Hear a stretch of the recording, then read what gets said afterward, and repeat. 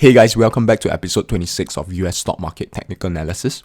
In this video, I'll be sharing with you my technical analysis of the S&P 500, the Dow Jones and the Nasdaq. So in my previous US Stock Market Technical Analysis video that I did in October, I shared how the US stock market looked weak to me, and because of that, I took some profits and positions off my portfolio.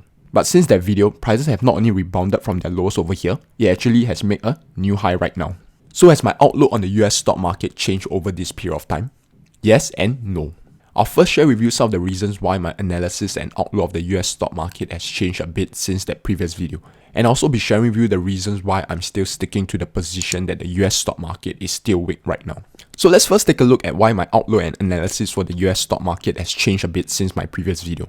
So the first reason is because the S&P 500 right now is above the 50-day moving average. So the 50-day moving average on this chart is this green line over here. And you can see right now, prices of the S&P 500 is above the 50-day moving average. But when I was filming my October analysis of the US stock market, prices of the S&P 500 were over here and it was below the 50-day moving average. The fact that it was below the 50-day moving average and not just slightly below the 50-day moving average, but by this amount, so if we take our tool over here, this is the 50-day moving average, and we plot the graph from here to here, we see that prices for the S&P 500 was almost 4% below the 50-day moving average. This tells me that even though the S&P 500 was on a long-term uptrend, the intermediate-term trend for the S&P 500 in October wasn't an uptrend. But as of the filming of this video, the S&P 500 is above both the 200-day moving average and the 50-day moving average. So this tells me that it is on a long-term uptrend and on an intermediate-term uptrend.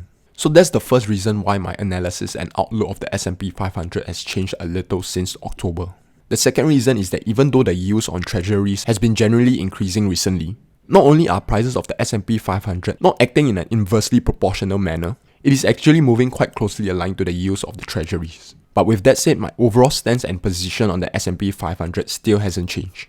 I still believe that the overall US stock market is relatively weak, and I'm still looking for opportunities to take profit and sell some of my positions in my portfolio.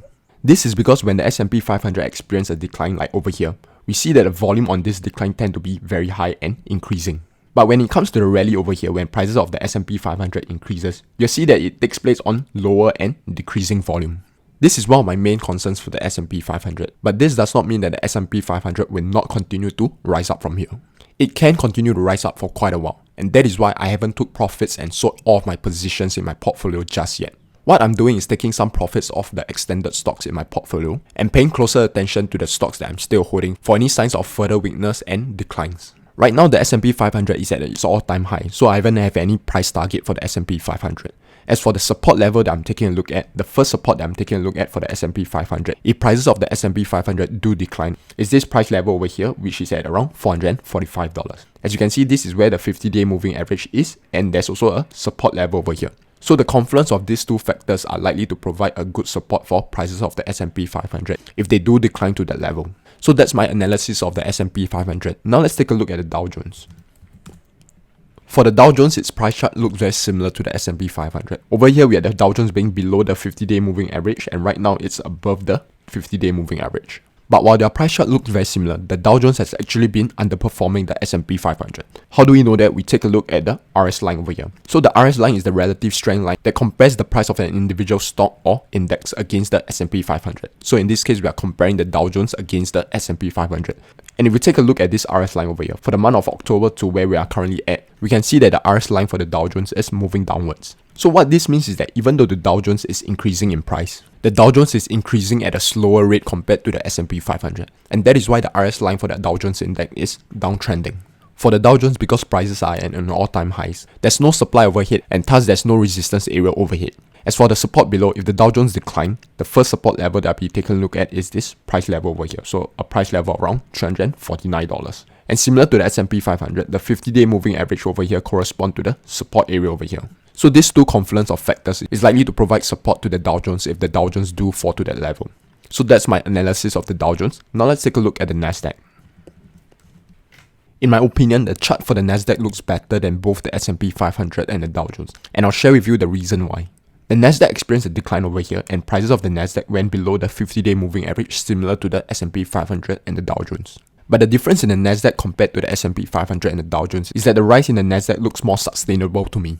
Over here, the Nasdaq managed to rest for a while to digest the previous move over here, and then after it rested, it started to move up again. But if we take a look at the S&P 500, we see that the S&P 500 just went up all the way from its bottom over here to its high. And for the Dow Jones, it was also a similar case. So for the Dow Jones, we see over here, the Dow Jones also just went straight up to its all-time high from the low over here. And that is why if we take a look at the Nasdaq, this pause over here is likely to give the Nasdaq a better foundation as compared to the S&P 500 and the Dow Jones.